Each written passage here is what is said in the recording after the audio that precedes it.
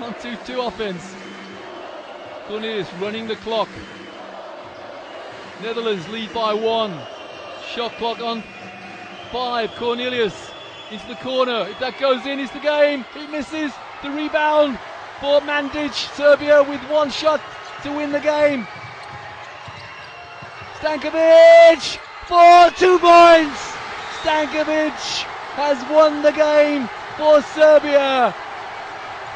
Dragana Stankovic on the buzzer makes it a 1-point lead. 1-point win for Serbia. Wow, what a game.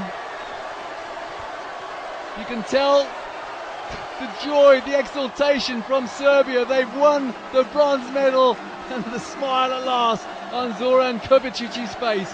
Wow, what a game. You have to say, an amazing buzzer beater there, and what coaching from Coach Kovacic.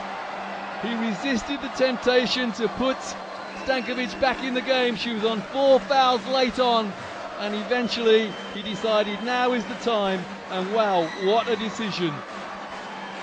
And the heartbreak is there for all to see on the Dutch players' faces. They're in tears. So the bronze medal in the Under-18 European Championship for women is won by Serbia.